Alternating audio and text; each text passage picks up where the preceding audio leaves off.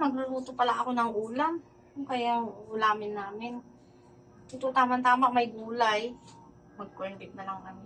Para mas mabilis maluto. Ga? Ano? Bili ka ng ulam natin. Ano bili ko? May tayo dito gulay, oh. Tapos mag-isa na lang ako. Bili ka Gulay? ng corn beef.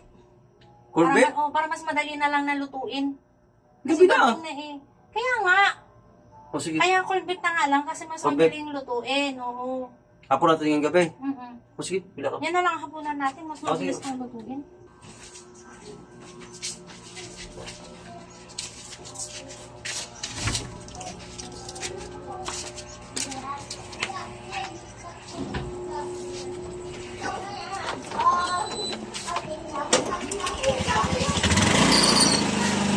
Nak, bumili na ba si Papa nyo ng pinapabili ko? Oo, ma. Malis. Nakamotor, ma.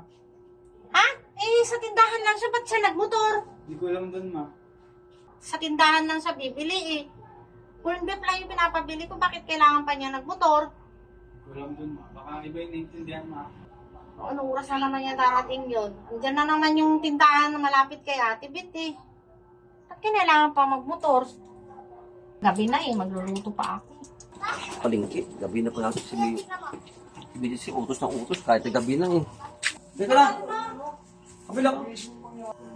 Mabuti ka pa yung palingki doon. Nagpado na sana sila. Ano tong binili mo? Corn beef. Di ba sabi mo sa akin corn beef? Ang bili. Oo nga, corn beef ang pinapabili ko sa'yo. Pero yung corn beef na nasa lata. Kaya palang tagal-tagal mo. Tapos sabi ng anak mo, nagmotor ka pa daw. Kaya andyan lang ang lapit-lapit ng tindahan na bibilan mo. Ang pinapabili ko, corn beef na nasa lata kasi lalagyan ko siya ng gulay. Yan ang binili mo. Eh, anong oras pa tayo kakain yan? Dahil lulutuin ko pa yan. Eh, yung pinapabili ko sa'yo, yung dilata na corn beef, kasi nga, igigisa ko, lagyan ko ng ganito. Hindi mo sa nililinaw ang sinutos mo sa akin. Kasi sabi mo nga, bili ka ng corn beef. Kaya akala ko kasi, magluto ka ng kanin ng baka at saka lagyan mo ng mais. Yan Ito binili ko. Oo nga. Ang layo pa ng pinuntahan ko. Gabi na, buti nga nabur ka pa dun sa palingki na may bukas pa na palingki.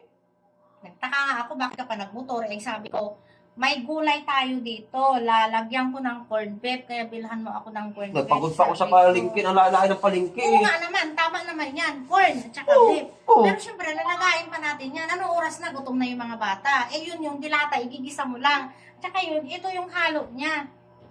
Oo. Ay, sa sunod ka salita ka yung pag-utos sa akin. Sabi mo, bili ka ng corn beef. Akala ko kasi talaga, corn, mais, saka baka. Kasalanan ko na naman.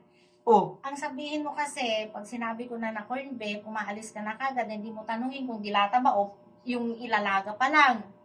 Eh, pag sabi sa sunod sa'yo, linawin mo, bahala na dyan, anong puto dyan? Lutuin mo, nandyan na yan eh. lulutuin ko nga to, pero Utos ka lang sa linawin mo. Ay, ano magawa natin dyan, nandyan na yan? Malis ka na. Lutuin mo na yan. Panautos yun, hindi naayos ang utos mo. Gabi na, ilapag ka rin sa palingki doon eh. Tapos anong oras pa tayo kakain nito? Siyempre, ilalagayin ko pa yan. Di maghintay kayo ngayon, lulutuin ko to. Anong oras pa kakain yan? Yan naman eh. Pero ang inuutusan, hindi kasi nakikinig ng maayos. Basta lang pag inutos, aalis na kaagad. Dapat kasi, tinatanong din. Kagaya nung nakaraan, sinabi ko halo-halo. Tapos kung anong pinagbibili. Tapos na naman ngayon. Tama nga naman na corn beef, pero gabi na eh. Anong oras pa tayo kakain yan?